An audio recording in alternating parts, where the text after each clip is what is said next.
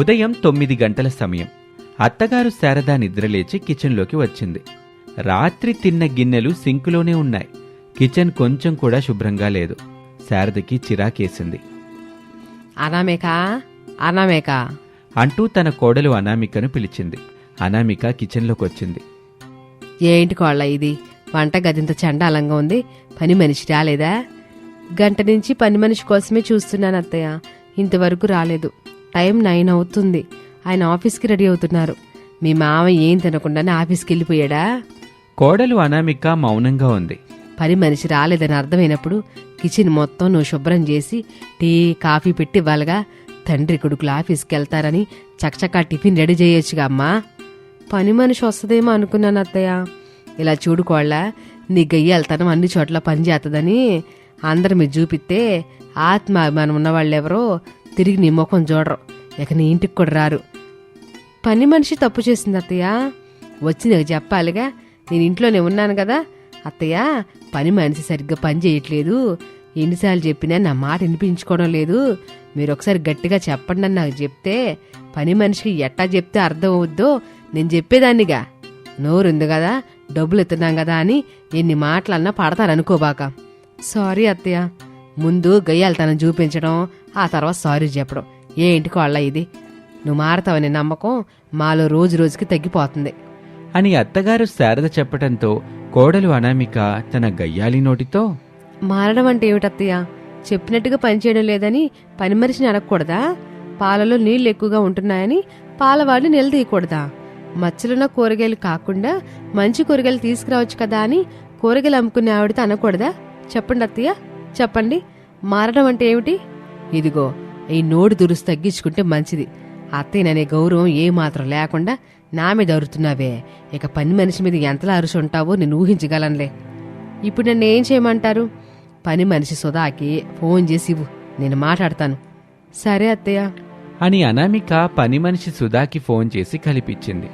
Hello Sudha, చెప్పండి అమ్మగారు. నేను మీ దగ్గర పని మానేస్తానమ్మా. ఉన్నట్టుండి పని మానేస్తానంటే ఎట్టాగమ్మా సుధా? ఇంతేనా నువ్వు నన్ను అర్థం చేసుకుంది? తమరు మంచోరండి. మీ దగ్గర పని మానేయాలంటే మనసు రావట్లేదండి.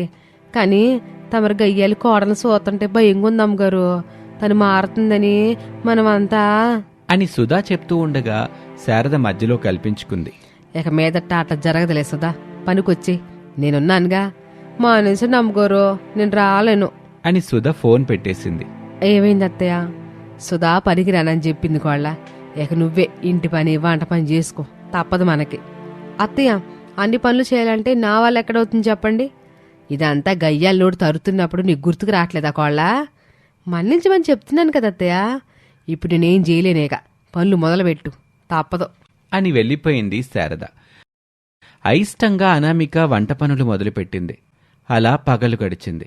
ఇక రాత్రి 12 దాటింది. దొంగతనాలు చేసుకుంటూ జీవించే దేవా, వాసు అనే 2 దొంగలు నెమ్మదిగా ఊళ్ళోకొచ్చారు. ఊరంతా ప్రశాంతంగా నిద్రపోతుంది. దేవన్నా, ఈరోజు శారదమ్మ ఇంట్లో దొంగతనం చేద్దామా? శారదమ్మ ఇంట్లో వద్దురా వాసు. ఆ ఇంట్లో గయ్యాలి కోడలు అనామిక ఉందన్న విషయం మర్చిపోయావా? నెల రోజులు నువ్వు ఊళ్ళో లేవు కాబట్టి నీకు విషయం తెలియదు దేవన్నా. ఏం జరిగిందిరా వాసు? అన్నా, శారద ఇంట్లో ఇప్పుడున్న అనామిక మామూలు కోళ్లే తప్ప గయ్యాలి కోళ్ళు కాదన్నా. నువ్వు చెప్పేది నిజమా? నిజం దేవన్నా. అనామిక పూర్తిగా మారిపోయింది. ఇప్పుడు గయ్యాలితనం లేదు. అందరితో మంచిగా ఉంటుంది. నవ్వుతూ పలకరిస్తుంది. అభిమానంతో మాట్లాడుతుంది. చాలా మారిపోయిందన్నా. వారెవ్వ వాసు, ఎంత మంచి శుభవార్త చెప్పావరా. అయితే ఈరోజు మనం శారద ఇంట్లోనే దొంగతనం చేద్దాము పద అని ఇద్దరూ కలిసి శారద ఇంటికొచ్చారు. లైటేసి ఉండటంతో కిటికీ నుంచి వెలుతురు బయటపడుతుంది. ఒరే వాసు, అబ్బా ఏంటన్నా? శారదమ్మ ఇంట్లో ఇంకా లైట్ వెలుగుతుందిరా. నాకు కనిపిస్తుందన్నా. లోపల ఏం జరుగుతుందో చూద్దాం పద అని నెమ్మదిగా కిటికీ దగ్గరికి లోపలికి చూశారు. అనామిక బెడ్ మీద కూర్చుని ఉంది.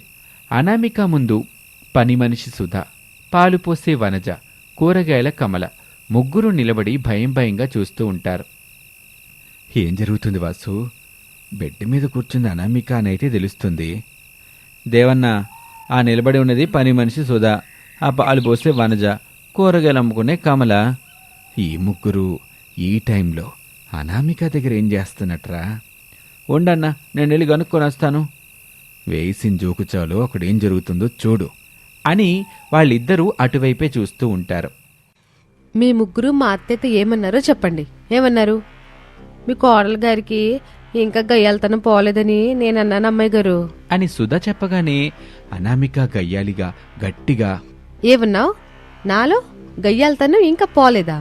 నీకు నచ్చినట్టుగా పని చేస్తే వావ్ సుధా సూపర్గా చేసావని మెచ్చుకుంటే నాకు గయ్యాలతనం పోయినట్ట.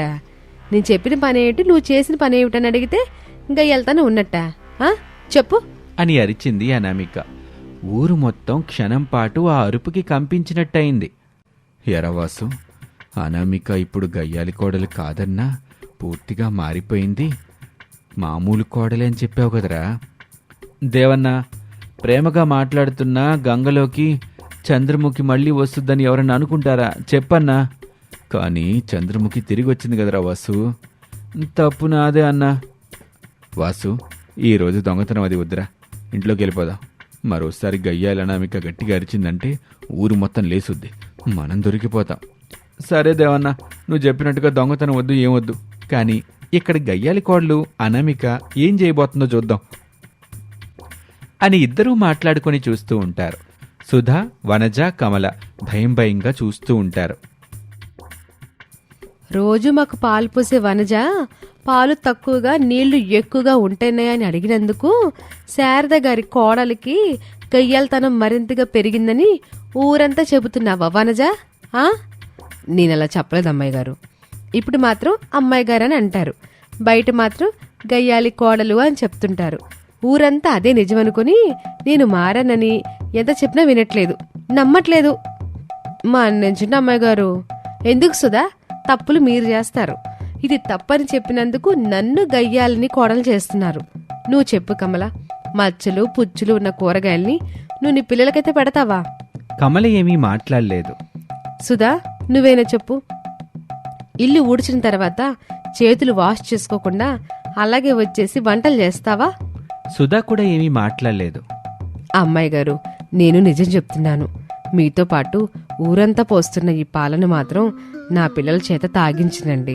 ఇంటి దగ్గర మాత్రం స్వచ్ఛమైన గేదె పాలే పితికి నా పిల్లలకి పట్టిస్తాను. నేను చేస్తున్న పాల వ్యాపారం తప్పే, మీ గురించి అలా చెప్పడము తప్పే. ఈ రెండు తప్పుల్ని మన్నించండి. నన్ను కూడా మన్నించండి అమ్మాయి గారు. మీరు చేస్తున్న పనుల గురించి అందరికీ తెలుసు, అయినా ఎవ్వరు నోరు మెదపరు. మంచి చెప్పే నా నోరు మాత్రమే అందరికీ గయ్యాల్లా కనిపిస్తుంది. నా మాట కొట్టినట్టుగా వినపడుతుంది. చా, ఎంత మంచిగా ఉండాలని చూసినా నన్ను గయ్యాలి కోడలే చేస్తున్నారు కదా అంటూ అనామిక బాధగా కన్నీళ్లు పెట్టుకుంది. సుధకి, వనజకి, కమలకి చాలా బాధనిపించింది. తమ తప్పుల్ని తెలుసుకుని మన్నించమని వేడుకున్నారు. సరే సరే, ఇక ఇంటికి వెళ్ళండి అని అనామిక చెప్పగానే సుధా, వనజ, కమల వెళ్ళిపోయారు. దేవావాసు అక్కడి నుంచి బయలుదేరి, ఒరేయ్, ఏదేమైనా గయ్యాలి కోడలు గ్రేట్ రా. మామూలు గ్రేట్ కాదన్నా, చాలా గ్రేటు. వాళ్ళ తప్పుల్ని సరిదిద్దింది, మంచోళ్ళుగా మార్చింది. నాకు తెలిసి వాళ్ళు ఇంకెప్పుడు తప్పు చేయరు అని మాట్లాడుకుంటూ వాళ్ళ ఇళ్ల వైపు వెళ్తూ ఉంటారు. ఇక మరుసటి రోజున, ఏం కోళ్ళ, రాత్రి నేను చెప్పినట్టు చేశావా? చేసేనత్తయ్య, ఇంకెప్పుడు వాళ్ళు తప్పు చేయరు. నా గురించి కూడా బయట ఎవరికి చెడుగా చెప్పరు. మొత్తం మీద గయ్యాలి కోళ్ళ అనామే కానీ నీ పేరుని పోగొట్టుకునేలా ప్లాన్ చేసావు. చాలా సంతోషం. అంతా మీరు చెప్పిందే కదా అత్తయ్య నేను చేసింది అని అనామిక అత్తగారింట్లో సంతోషంగా ఉంటుంది. ఆ రోజు నుంచి సుధా మంచిగా పనిచేస్తుంది. వనజ పాలిచ్చే గేదెను తీసుకొచ్చి అనామిక చూస్తూ ఉండగానే పాలు పితికి పోస్తుంది. ఇక కమల కూడా చక్కని కూరగాయలు తీసుకొచ్చి ఇస్తుంది. దాంతో వాళ్ళ ముగ్గురి జీవితాలు చాలా సంతోషంగా ముందుకు సాగుతూ ఉంటాయి. ఇది వాళ్ళటి కథ. మరొక ఆసక్తికర కథలో మళ్ళీ కలుద్దాం. అంతవరకు సెలవు. నమస్తే.